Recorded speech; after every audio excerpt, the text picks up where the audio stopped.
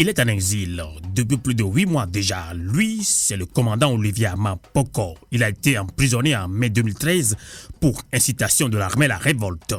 L'ancien patron des renseignements du pouvoir d'antan et président de la Civito, association des victimes de la torture depuis son exil, expliquait sa fuite par le fait que sa vie était sérieusement en danger.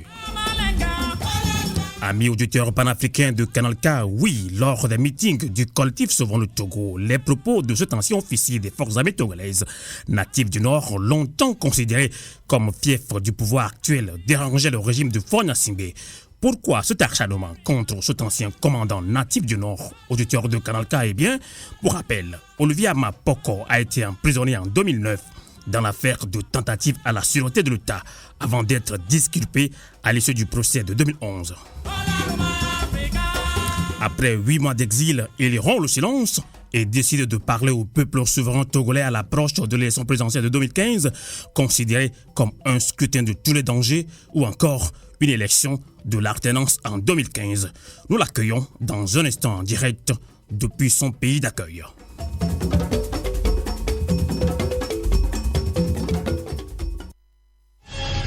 FM Liberté à Chicago, la radio de la diaspora africaine, partenaire de Fenêtre sur l'Afrique.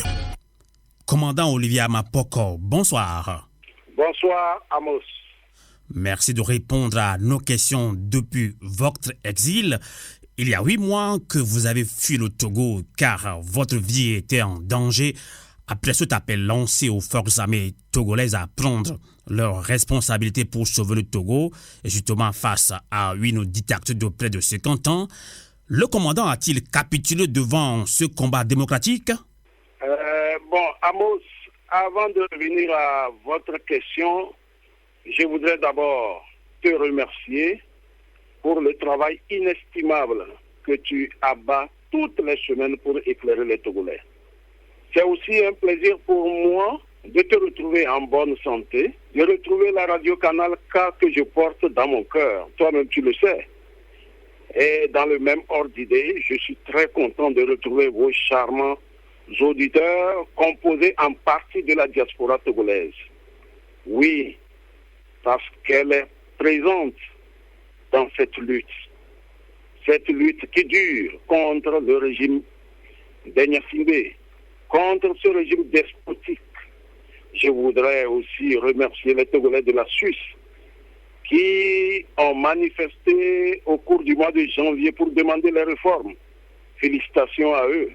Je n'oublie pas ceux de la Belgique qui ont, par leur mobilisation, fait avorter un voyage du dictateur Faure à Bruxelles. Vraiment, merci pour tout le monde. Donc, je reviens sur votre question. Je dis non et non. Même dans la tombe, je ne capitulerai pas tant que ce régime existera. Vraiment, il faut le dire, la fin du régime d'Gnassingbé sonnera aussi la fin de ma lutte. Alors, je suis parti du Togo parce que je ne voudrais plus me retrouver en prison. Oui, les gens se rappellent encore de la façon dont j'ai été transféré à la prison de Mango une nuit. Menotté toute une nuit jusqu'à Mango. Nous sommes arrivés autour de 3 heures du matin. Et ensuite, on m'a transféré à la prison d'Atakpamé. Et comme je le dis à tous mes interlocuteurs, les prisons du Togo ressemblent au camp de concentration nazi. Voilà. La seule différence est que les fours crématoires au temps des nazis n'existent pas au Togo. Mais les cellules de la prison, les cellules des prisons du Togo constituent des fours, puisqu'il fait extrêmement chaud. La proximité fait que les maladies envahissent les prisonniers et puis les prisonniers meurent. Ils meurent tout le temps. Vous savez, Faure a voulu anticiper sur les événements en procédant à mon arrestation très tôt pour que je ne puisse pas parler aux populations, surtout les populations du Nord, qui ont besoin des informations, qui veulent savoir ce qui s'est passé en 2009, ce qui nous a menés en prison, ce qui fait que certains prisonniers sont encore en prison. Je vais parler de leurs députés, je vais parler de Dontema, je vais parler de Ati, de Seydou, de Tchingilou et les autres que je n'oublie pas. Oui, on m'accuse cette fois-ci que le 24 août dernier, j'ai encore fait une déclaration sur le Togovi et j'appelais les populations au soulèvement. Vous savez, la première fois, on m'a accusé que j'appelais les forces de sécurité à faire le soulèvement. Cette fois-ci, que j'appelle les populations à faire les soulèvements. Donc, depuis ma sortie de la prison, j'ai arrêté aussi de parler à la presse, mais je ne manquais pas les occasions au cours des meetings. Exactement. Donc, oui, aussi voudrait-il, je le sais, il voulait répondre aux préoccupations de certaines personnes de mon canton Pia, qui voudraient me voir enterré dans un cimetière pour être tranquille dans leur peau. Vous vous rappelez, quand j'étais en prison à Takpamé, j'ai dénoncé un projet d'assassinat contre moi. Et ce projet a été mûri au cours d'une réunion à Pia, le 1er août 2013. Heureusement qu'il y avait un cousin de mon père qui assistait à cette réunion, qui était composé de quelques anciens militaires et des militaires en fonction. Et ils ont levé la voix qu'il faut qu'on m'élimine. C'est ce que je suis en train de faire, les dessert beaucoup, et qui n'ont jamais vu un officier s'en prendre d'une manière frontale à ce régime. C'est quand même déplorable. Dans le temps, qu'est-ce que le président fait? Voilà. Exactement. Donc, oui. Donc, le commandant Olivier Ama ne capitule pas. Justement, vos anciens camarades de lutte du collectif Sauvons le Togo continuent leur lutte sur le terrain. Monsieur Jean-Pierre Fabre est candidat du CAP 2015 Combat pour la Tendance pour le changement. Fichier électoral corrompu selon plusieurs candidats. L'OIF, Organisation internationale de la francophonie, après avoir travaillé sur ce fichier, trouve ce fichier imparfait, mais ce fichier est également consensuel selon l'OIF. Et tous les candidats ont signé ce rapport-là. Bref, commandant Olivier Amapoko, quelle appréciation faites-vous de la logique de CAP 2015 à aller à cette élection décriée par certains Togolais qui estiment qu'il faut empêcher ou boycotter cette élection? Pour le Front Tchouboé et les ODDH, je pense qu'ils ont joué leur partition. Ils se sont battus pour obtenir les réformes. Oui, je les félicite parce qu'ils ont fait des efforts. Mais ceux qui veulent empêcher des élections, est-ce que cela a eu un écho favorable? Maintenant qu'ils ne sont pas écoutés et que le processus est lancé, notamment la campagne électorale, je pense que le 20 il faut. Je pense qu'il faut changer de stratégie et appeler les populations à sanctionner fort par un vote massif et le défendre. C'est-à-dire défendre ce vote en se référant à l'article 150 de notre Constitution. Vraiment, c'est ce que je leur recommande, vivement, qu'ils le fassent. Quant au CAP 2015, je me dis qu'ils sont sur le bon chemin parce que ce régime, il ne faut jamais le laisser aller aux élections seul, puisque c'est leur souhait. Et vous le savez, j'ai côtoyé ces gens-là. Quand l'opposition dit qu'elle boycotte, mais c'est la fête. C'est la fête au niveau de ce régime. Mais lorsque l'opposition, surtout l'opposition populaire, s'apprête à aller aux élections avec eux, ils sont dans tous leurs états. Ils ont des problèmes partout. Ils improvisent des choses et puis ils perdent les pédales. Donc, il ne faut pas les laisser. Cette fois-ci, il faudra que le CAP 2015 mette les bouchées doubles pour contrecarrer toute la fraude, et la fraude sur toutes ses formes. Le problème du fichier en est un. Je pense qu'ils ont trouvé une solution, bon, c'est tant mieux. Mais ce régime, comme vous le connaissez, c'est des gens qui veulent gagner facilement les élections. Mais quand l'opposition est en rang en ordre de bataille, ils ne sont pas rassurés. Actuellement, il faut le remarquer, c'est le Nord Togo qui va aux élections en rang dispersé. Ça, c'est une première au Togo. Il faut en profiter. Il faut que les délégués du CAP dans les bureaux de vote surveillent bien ceux du pouvoir dans les décomptes des voix. Vérifiez les droits des votants de l'après-midi. Vérifiez les droits des délégués du pouvoir avant le décompte. Parce que ils mettent le doigt dans les cheveux, ils salissent leurs mains et ils occasionnent des bulletins nuls, surtout les bulletins qui sont favorables à l'opposition. Vérifiez la liste des présidents de vote des coins les plus reculés. Parce que le régime infiltre les militaires pour être les présidents des bureaux de vote. Ça s'est passé en 2010.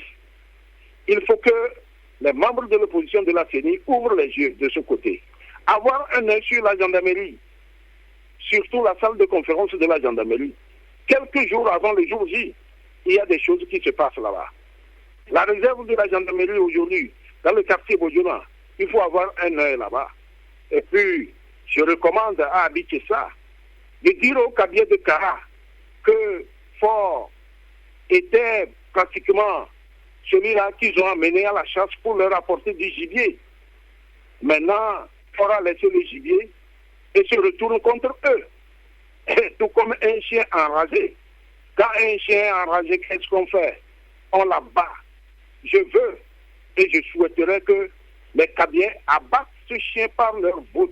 D'accord. Il faut qu'ils votent une autre personne que Fort cette fois-ci. Justement, commandant Olivier Amapoko, vous répondez à nos questions en direct depuis votre pays d'accueil. Vous êtes en exil depuis plus de 8 mois. Et parlant justement de cette élection, l'armée togolaise va voter par anticipation le mercredi 22 avril prochain.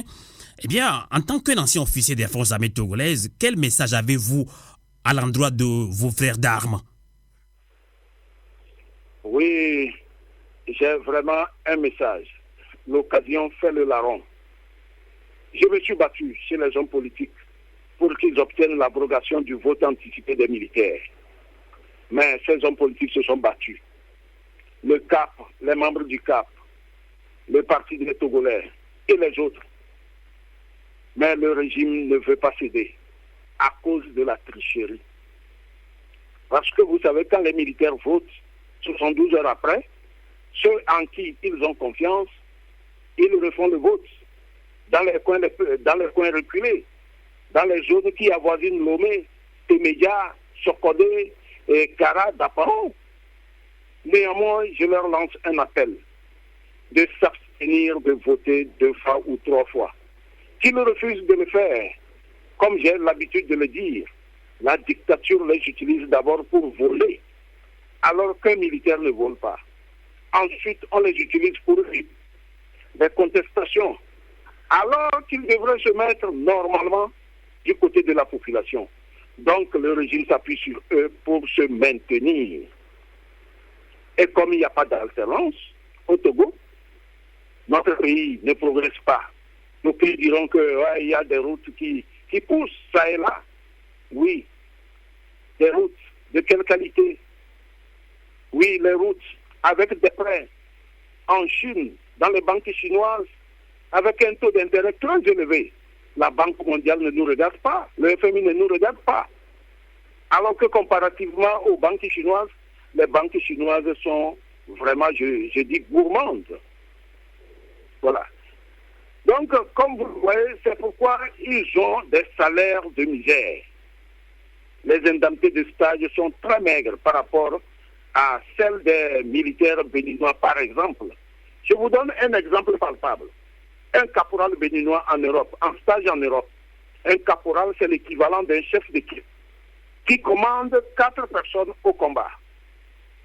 Mais ce caporal en Europe, il a 1000 euros. Béninois, il a 1000 euros comme indemnité de stage. Les 1000 euros sont envoyés par son pays. Mais un colonel togolais, le colonel, c'est l'équivalent d'un chef de bataillon qui commande 400 personnes. Et en Europe, le colonel togolais a à peine 300 euros comme indemnité de stage. Voilà. Notre pays ne progresse pas. On n'a pas les gros moyens.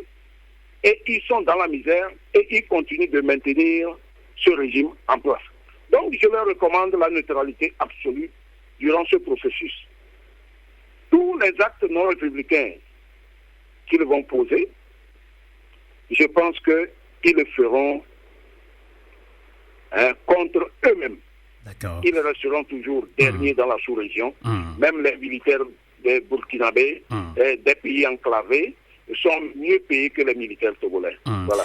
En tout cas, message que j'ai à leur envoyer. D'accord. Une dernière question rapidement. À quelques jours de cette élection présidentielle au Togo, la majorité du peuple se dit troublée, percutée et par l'incohérence dans la stratégie de l'opposition et dans son ensemble.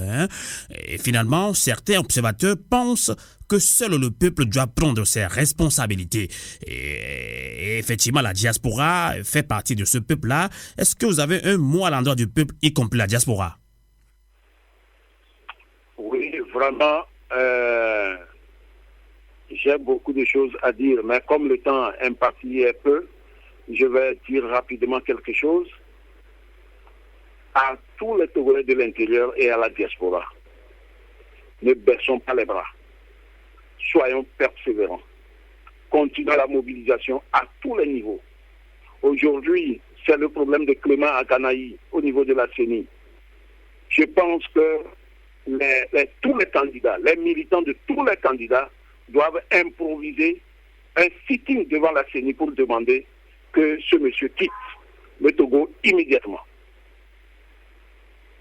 Il y aura un moment, l'ultime décision reviendra aux 85% des Togolais qui veulent des réformes. Il ne faut pas baisser les bras. À la diaspora spécialement, je sais, nous le savons, qu'elle est très active. Merci pour le travail qu'elle accomplit sur le terrain, sur les réseaux sociaux. Je suis tout de même heureux de constater que les Togolais connaissent davantage de ce régime de prédation. Ce régime qui nous régente depuis 50 ans. Regroupez-vous, messieurs les membres de la diaspora, en association, et allez vers les autorités des pays d'accueil. Dites-leur ce qu'ils ne savent pas de ce régime. Dites-leur ce qu'ils ne savent pas de votre pays. Continuez toujours. Et le moment viendra, je pense que le moment venu, on aura besoin de leur soutien. Lorsque notre dictateur est annoncé dans vos pays d'accueil, mobilisez-vous pour manifester contre sa venue. Faites des mouvements pour le fragiliser davantage. Oui, je demande à la diaspora de dire à toutes vos familles à Lomé de rejeter purement et simplement ce régime dans les urnes. Et je pense que les politiciens feront le reste. D'accord. Merci beaucoup, commandant Olivier Amapoko, d'avoir répondu à nos questions en direct depuis votre pays d'accueil. Merci. Bon courage à vous, commandant Olivier Amapoko. Merci infiniment. C'est moi qui vous remercie. C'est moi qui vous remercie.